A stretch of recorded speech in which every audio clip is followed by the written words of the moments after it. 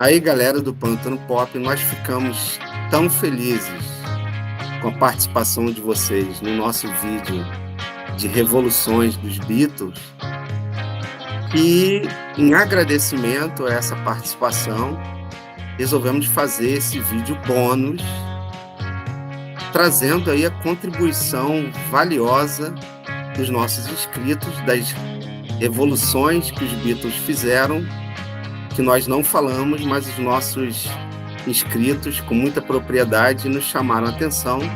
E a primeira contribuição aí dos nossos inscritos foram os comentários do Vino L, do Ricardo Novaes e do Renato Diniz, que falaram do pioneirismo dos Beatles nos videoclipes. Então, embora alguns artistas de jazz gravassem suítes para fins comerciais, o formato videoclipe mesmo, como conhecemos hoje, os primeiros a fazer foram realmente os Beatles.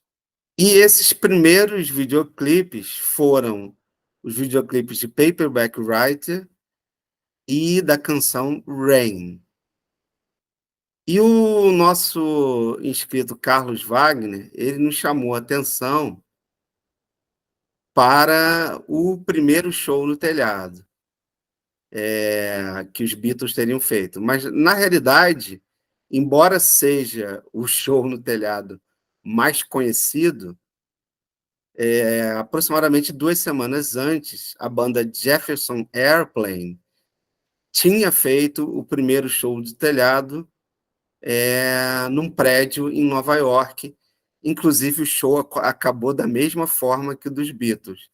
Eles tocaram até o momento que a polícia chegou e estragou a festa.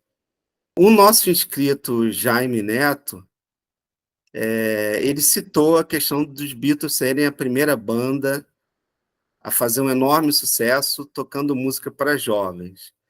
Embora o rock, propriamente dito, desde a sua origem, antes dos Beatles, já fosse uma música mais voltada para o público jovem, realmente a Beatlemania é o primeiro grande fenômeno levado a cabo por esse público jovem. O Jaime não está errado, porque a Beatlemania foi o primeiro grande fenômeno de juventude a tomar o mundo.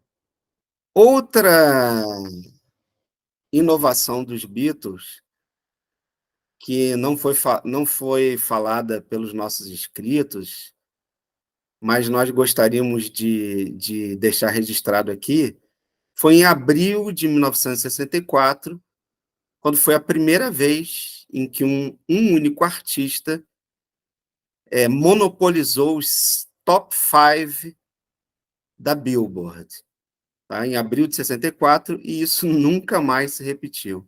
Então, os Beatles foram os primeiros e os únicos a fazerem isso. E outra inovação foi em 1967, quando ocorreu o evento Our World, e que aconteceu a primeira transmissão mundial de TV, na qual os Beatles apresentaram a canção All You Need Is Love, que o John Lennon compôs especialmente para esse evento. Agora nós vamos voltar a falar de questões técnicas que também foram muito citadas por vários dos nossos inscritos. Mais uma vez agradecendo as contribuições. Esse feedback é muito importante e é o objetivo do nosso canal. E antes de falar de coisas citadas, eu vou fazer uma correção a uma coisa que eu disse no vídeo anterior, que foi a questão do double tracking. Eu não sei se eu falei exatamente que tinha sido algo do George Martin.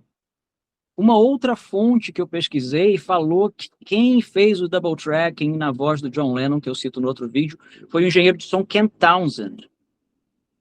Se alguém aí souber confirmar isso, coloca, porque as fontes muitas vezes elas não concordam. Como a biografia do Paul McCartney lá mostra, muitas vezes eles estão falando de memória e a memória ela costuma enganar.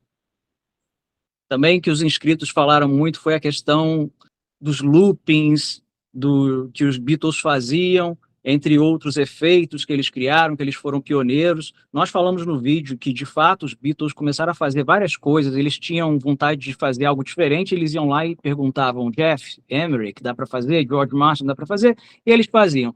Não necessariamente, nesses casos, os Beatles estavam fazendo pela primeira vez. Muitas dessas vezes, como foi dito lá, eles estavam fazendo em paralelo a outros que estavam fazendo também.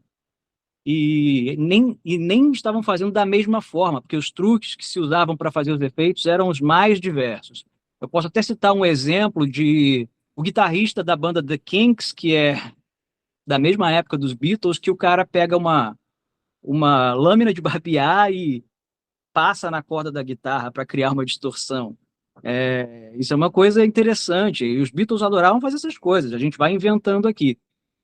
E a questão dos loopings, do cortar fita, colar fita na outra para conseguir certos efeitos. O Paul McCartney conta na biografia dele que ele fazia isso muito no quarto em casa, de ficar fazendo emenda, invertendo a guitarra.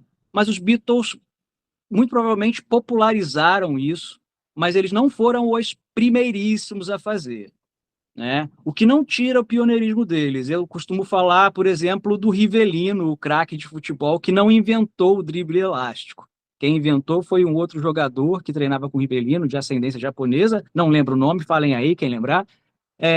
Mas quem fez o drible do elástico virar uma coisa que era viável dentro de campo, ali no calor do jogo, foi o Rivellino, não há a menor dúvida. Antes do Rivellino, ninguém dava elástico em jogo. Então, antes dos Beatles, principalmente no rock and roll, muitas coisas não eram feitas, ou pelo menos não comumente feitas.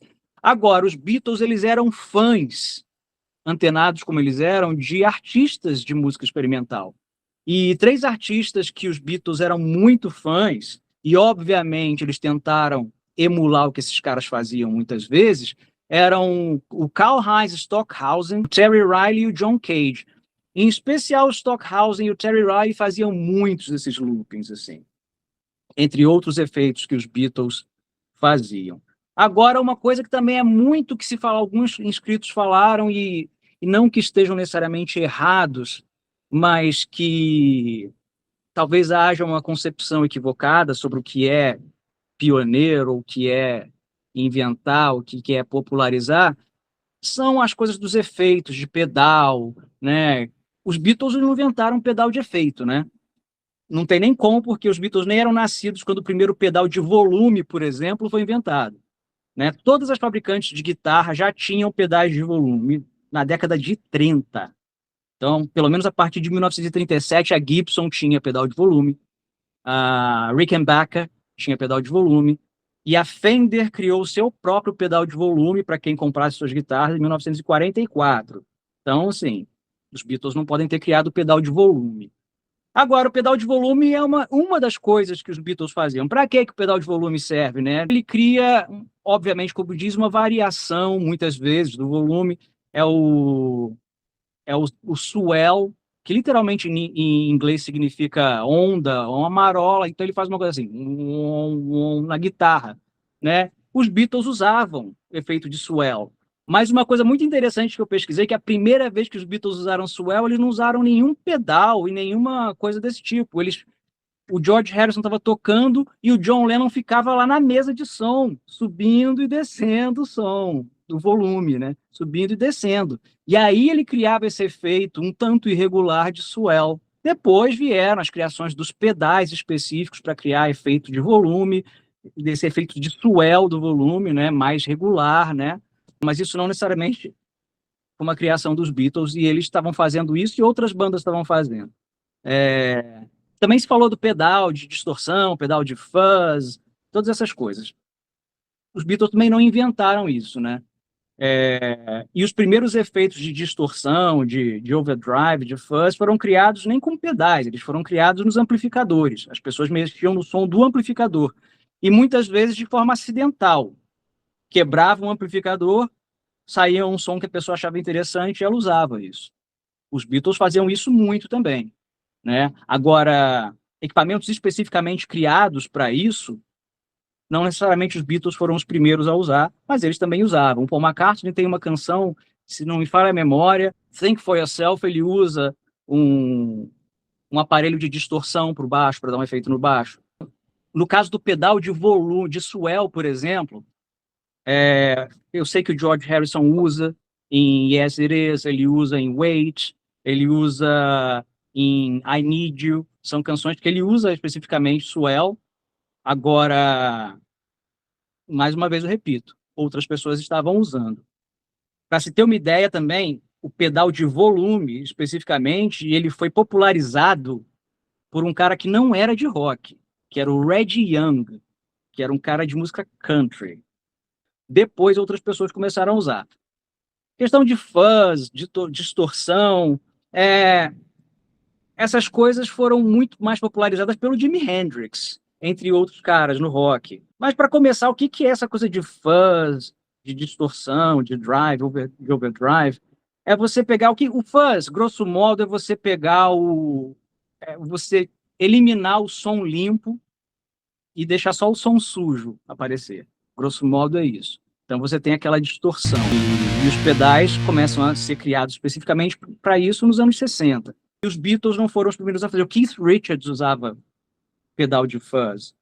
Aliás, eu posso até também dar uma informação interessante para ver como é que os Beatles não inventam nada. O primeiro pedal de fuzz foi criado em 62, né? E pouca gente usava esse pedal, na verdade, ali no início, quando ele foi criado, né? Que é o Maestro FZ1, Fuzz Tone, o primeiro pedal de fuzz. Então, os Beatles, eles se aproveitavam dessa tecnologia, eles inventavam maneiras de criar todos esses efeitos, não necessariamente usando um aparelho que já existia, e, obviamente, eles são a banda mais famosa a fazer essas coisas todas. Mas, então, assim, não é um erro falar que eles participam desse pioneirismo, mas eles também não são os caras que criaram essa revolução. Eles são os caras que estavam juntos, ajudando a popularizar, a vulgarizar essas evoluções, digamos assim, na tecnologia musical. E aí, eu até deixo aqui uma sugestão.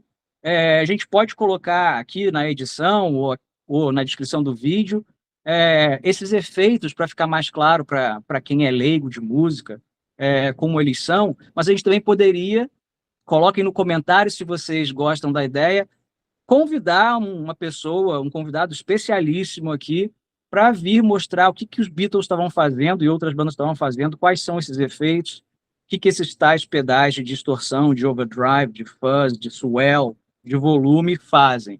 Então, coloquem no comentário aí se vocês acharem que seria uma boa trazer um convidado para mostrar isso para vocês.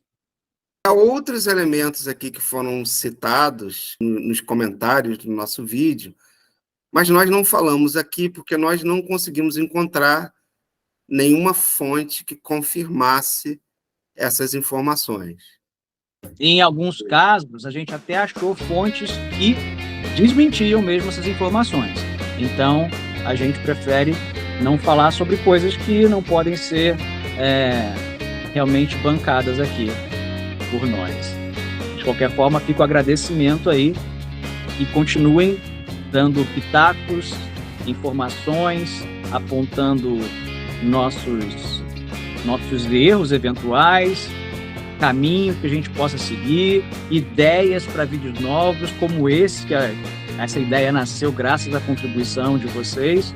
Muitíssimo obrigado.